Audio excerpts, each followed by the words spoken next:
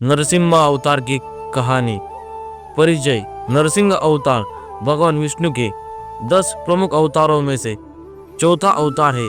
इस अवतार में भगवान विष्णु ने आधे सिंह और आधे मानव का रूप में प्रकट होकर अपने भक्त प्रहलाद की रक्षा की और असुरराज हिरण्यकश्यप का वध किया।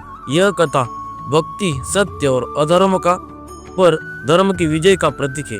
यानी कि जो विष्णु भगवान का 10 अवतार है, उनमें से चौथा अवतार कौन सा है, तो वो हो जाएगा आपका नरसिंह अवतार।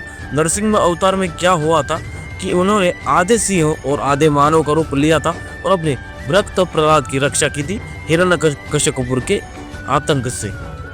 हिरण्यकश्यप की तपस्या और वरदान। सतयुग के कश्यप ऋषि और दीति के पुत्र में हिरण्यश और हिरण्यकश्यप 2 पराक्रमी असुर थे। हिरण्यश को भगवान विष्णु ने वराह अवतार में मार दिया था और अपने भाई की मृत्यु से क्रोधित होकर हिरण्यकश्यप ने भगवान विष्णु से बदला लेने की ठानी थी।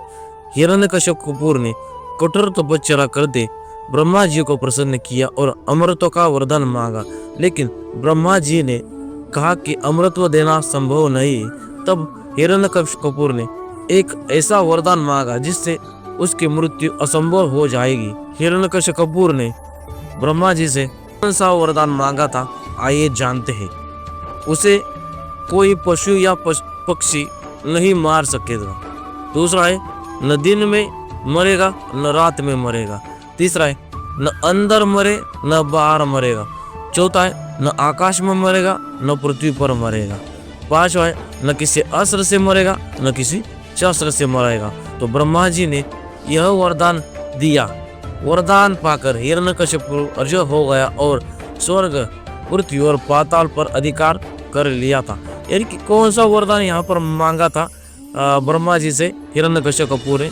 उसे कोई पशु नहीं मार सकता था, उसे दिन में नहीं मार सकते थे और न ही रात में मार सकते थे।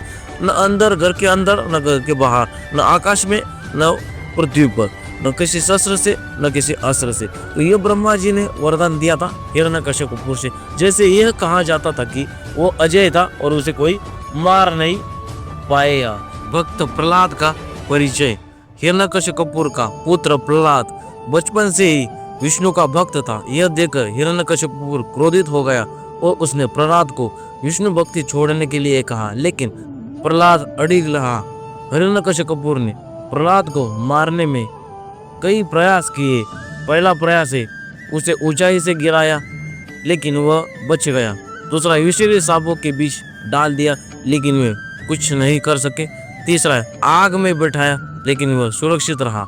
चौथा है, अपनी बहन होलिका जो आग में ही जलने का वरदान रखती थी, सो कहा कि वह प्रहलाद को गोदी में लेकर आग में बैठे, लेकिन होलिका स्वयं ही जल गई और प्रहलाद बच गया। यह देखकर हिरण्यकश्यप अत्यंत क्रोधित हो गया और स्वयं प्रहलाद को मारने की निश्चय उन्होंने कर लिया था। हिरण्यकश्यप ने प्रहलाद को मारने का यहाँ पर निश्चय कर दिया था। नरसिंह अवतार का प्रकट होना। एक दिन हिरण्यकश्यप ने प्रहलाद से पूछा, अगर तुम्हारा भगवान हर जगह है तो क्या वह इस कमरे में है? तो प्रहलाद ने कहा, हाँ, भगवान सर्वत्र है। क्रोध में आकर हिरण्यकश्यप ने खंबे पर प्रहार किया और उसी क्षण भगवान विष्णु नरसिंह अवतार में प्रकट हुए। वे न आधे मनुष्य थे और न ही आधे पशु थे।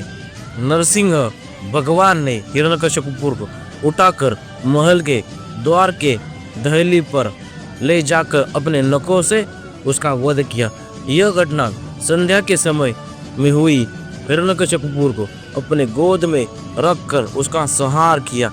इस प्रकार ब्रह्मा जी को वरदान का उल्लंघन किए बिना भगवान ने धर्म की विजय स्थापित की, जो न अस्त्र से मारा सका और न ही शस्त्र थे, न दिन में न रात में, न आकाश में न पृथ्वी पर। तो इस प्रकार उसका संहार कर दिया था।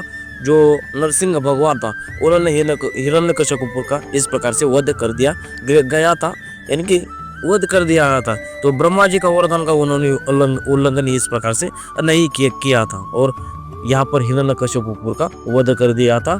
इस कथा से हमें क्या सीख मिलती है? यह कथा हमें सिखाती है कि अहंकार और अधर्म कितना भी शक्तिशाली क्यों न हो, अंततः उसका नाश अवश्य होता है। भगवान अपने भक्तों को सदैव रक्षा करते हैं। यह कथा भक्ति और सत्य के प्रति अड़िग रहने का संदेश देती है।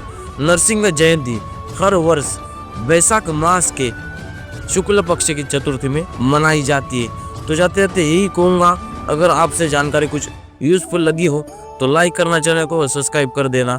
मैंने आपके लिए इसी प्रकार का कंटेंट बनाने की कोशिश की है। तो जाते जाते मैं आपको एक ही सलाह दूंगा कि आपको जो भी है वो भक्ति यहाँ पर भक्तिमय रहना चाहिए और अपने प्रभु को यहाँ पर जो भी है वो प्रभु की पूजा करनी चाहिए। आपको एक ना एक संकट से वो हमेशा बचाते रहेंगे। तो जाते जाते ये कहूँगा, नरसिंह देव भगवान की जय हो। तो आपको कमेंट में लिखना है जय श्री नरसिंह भगवान। और आपको वीडियो कैसे लगी ये भी आप मुझे कमेंट करके बता सकते हैं। तो जय हिंद, जय भारत दोस्तों।